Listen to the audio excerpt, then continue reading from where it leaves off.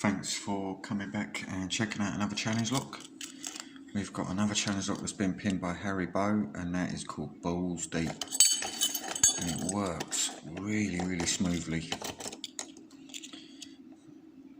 And there's the key.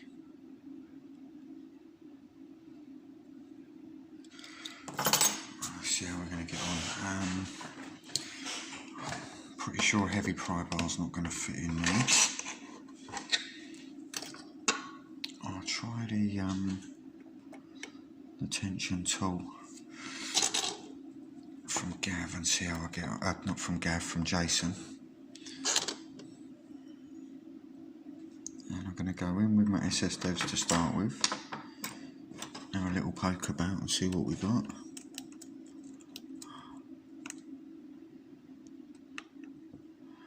Big false set then.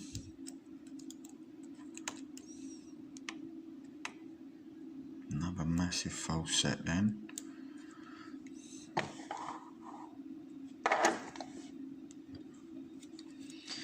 So I'm assuming getting to that bit was the easy bit.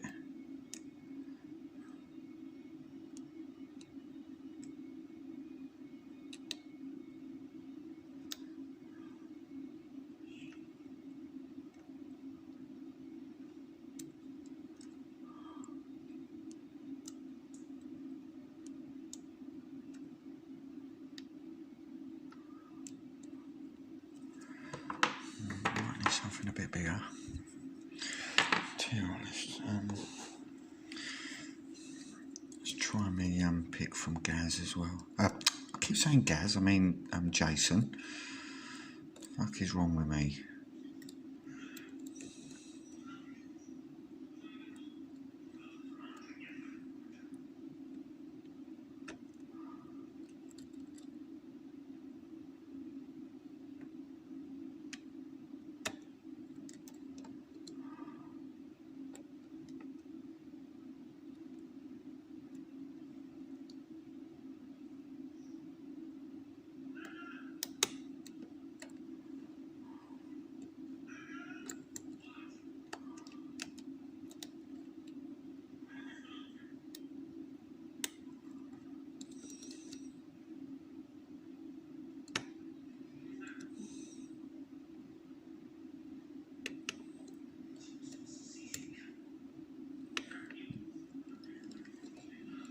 I think this is going to be the final one. It's got to be, isn't it?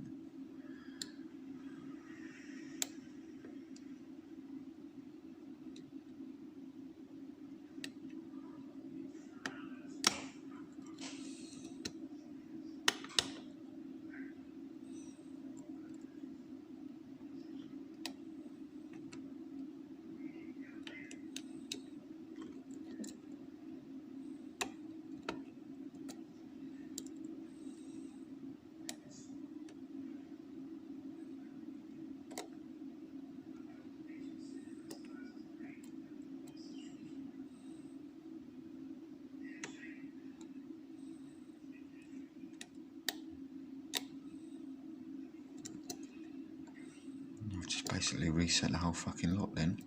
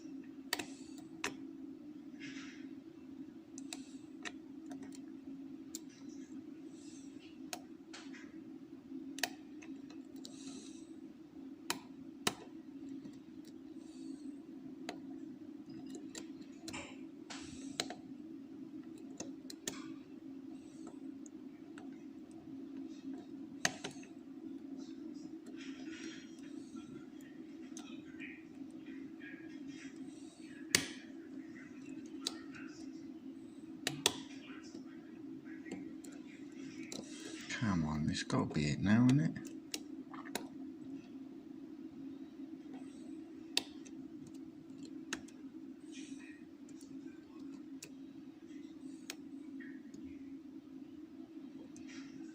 God, it's getting bloody annoying now.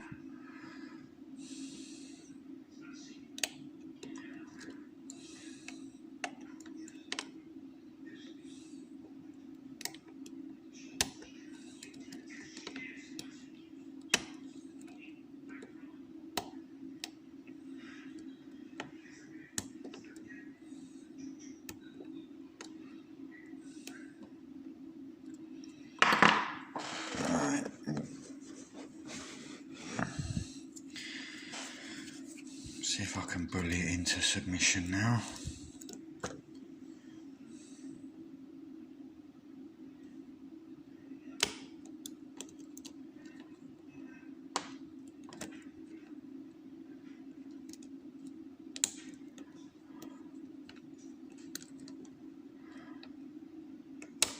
There we go.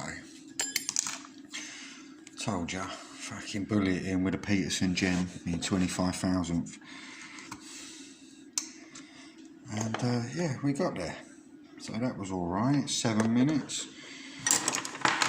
And most of the hard work was obviously done with my beautiful birthday pick from XB Mods. And it matches the actual lock itself. So let's get my shit out of the way and get it open and see what was giving me all the grief. Obviously some big ass spools in there. And I've got the key, so I will lock it back up.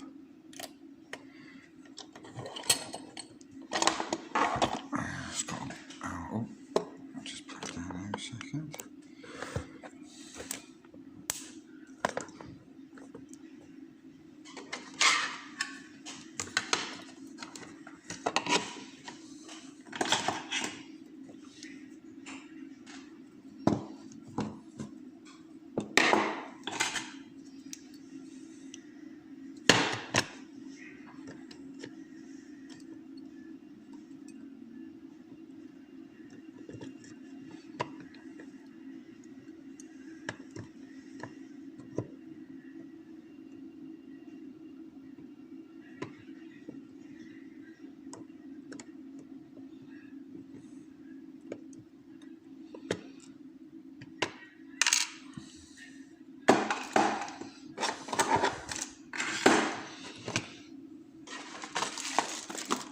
Would help if I was that in kit.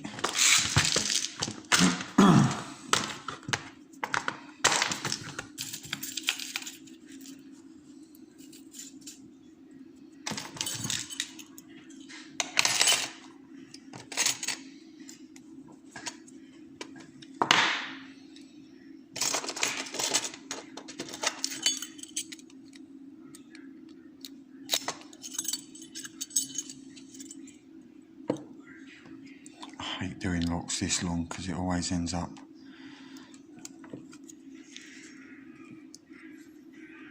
going right to there that you can see. So I just hope it. There we go, got there.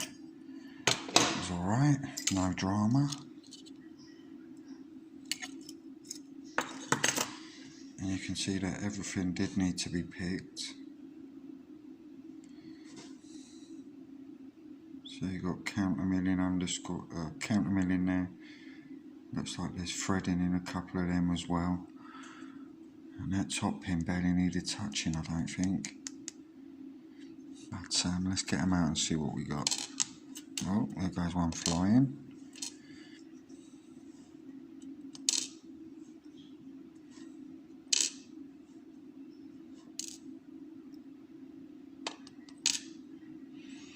Little wafer in there as well.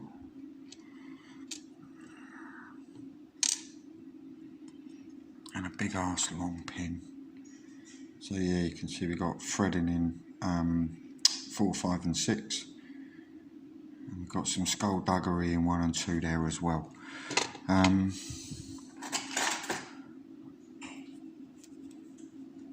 Not sure about the wafer. I've always, unless it's up top, and I've picked it, and that's just been caught in there by mistake. But I would never put a wafer into a challenge lock unless it's on a drunken spool, I think it is they call it,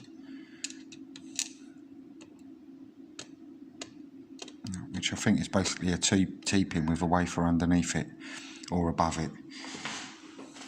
But yeah, we've got a little bit of work done on number 4 there. That's good. And let's see what we got up top.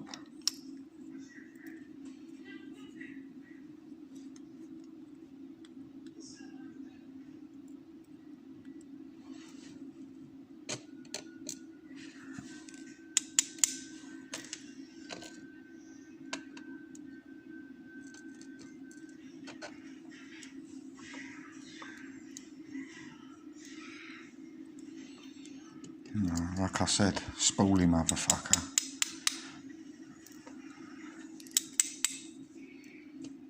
And the cheeky bastards put different springs in it, so it doesn't feel the same way when you're picking one pin to the next. Makes it confusing. It's a nice touch.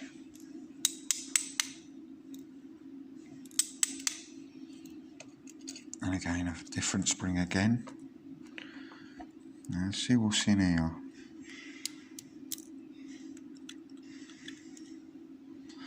I can see where the logic was, because it's like a, let's see, I'm not really getting much of a good view from there, are you? I will zoom in anyway.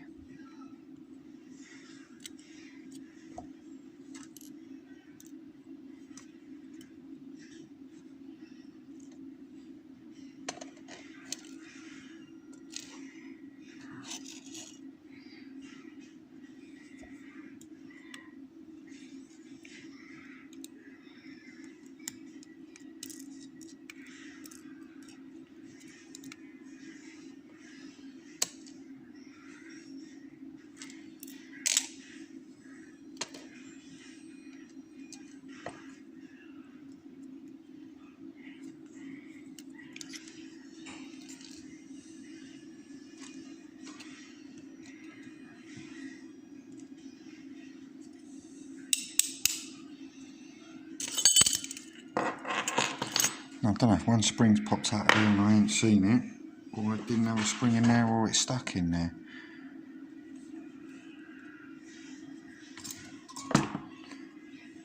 Just going to get a bit of light in there to see what's what. I can't see one in there, so I'll have to have a little dig about. Maybe there wasn't one in there. But yeah, let's have a look.